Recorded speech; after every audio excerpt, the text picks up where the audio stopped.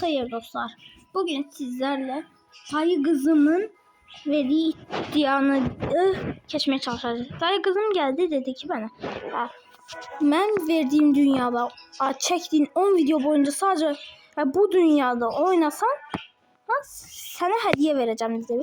Ben de razılaştım. Bak göreyim onun dünyası neceymiş. Bakın, gördüğünüz bu ilk yer onun dünyası. Ben de giriş edirəm. Bu arada bu dayı kızımın dünyasında ama sürpriz bir konak da var. Birazdan göreceksiniz. Önceden tahminlerinizi yazın. Sonra deyirəm. Tahmin ettiniz mi? Doğru cevap Sultan Sənan kanalının sahibi. Yani kardeşim. Salam de dostlara sana. Salam. Ne güzeldi.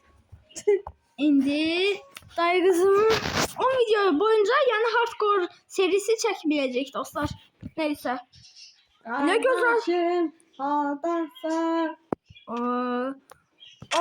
Allah. Dayı kızımın aşağısıyla gideceğim. Bu geri tepme bir mi? Tabii yarabbim.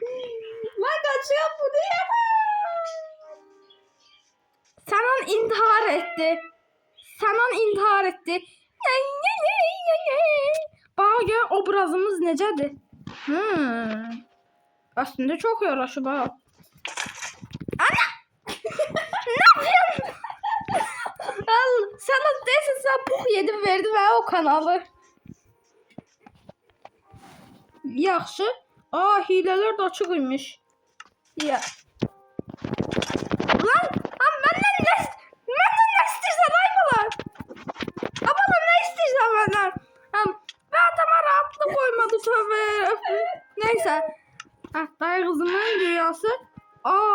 3 uçlu mızrak. Adını değiştirsen. Şunda beni. Yaxşı tepeliyim. Kimi? Sultan Sənan. Nereye? İntihara kaçtı neyse. Yiyirse yukarıya kaçar. Götümü yanacak. Edepsiz sözler istifade etmiyor. Lan niye ölmedim ya? Tövbe yarabbim. Dinden guli guli.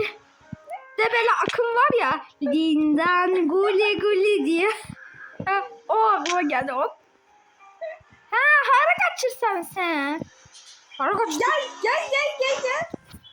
Gel lan buraya. Bu ne profesyonel adammış ha. Gelsene tabii. Dostlara ne çektiriyoruz. Ben bunu bir tutup gel. Hara kaçtın indi sen. Hara kaçtın. Bir daha edeceksen. Evcil pisileri var. Evcil pisicikleri var. Pisi.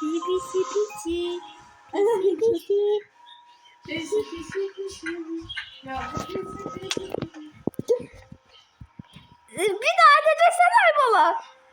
Yemeyeceğim. Bu ne? Sanan bu nedir? Bu nedir Sanan? De bu gösterdiğim şey ne? Bilmiyorum. İzleyiciler. Neyse dayı kızımın evcil hayvanlarından biri. Sanan nece görsen bak görüm. Yaxşı yazarım. Sen. Ne dedin sen? Yaxşı görsen. Çek. Dostlar ben bunu bir tutup bela kaçabileceğini düşünürsen ben bilirim nece Senin kastını vereceğim. Evet. canımı veririm, mutlu kaslarımı vermem. Gel lan buraya. Yani dayı kızımın mutlu kaslarını yarım sen lan. Şu olan şey. Lan ne yapıyorsun?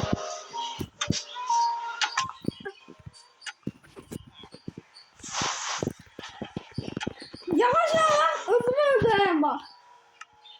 Yaxşı havanı da yaxşı da.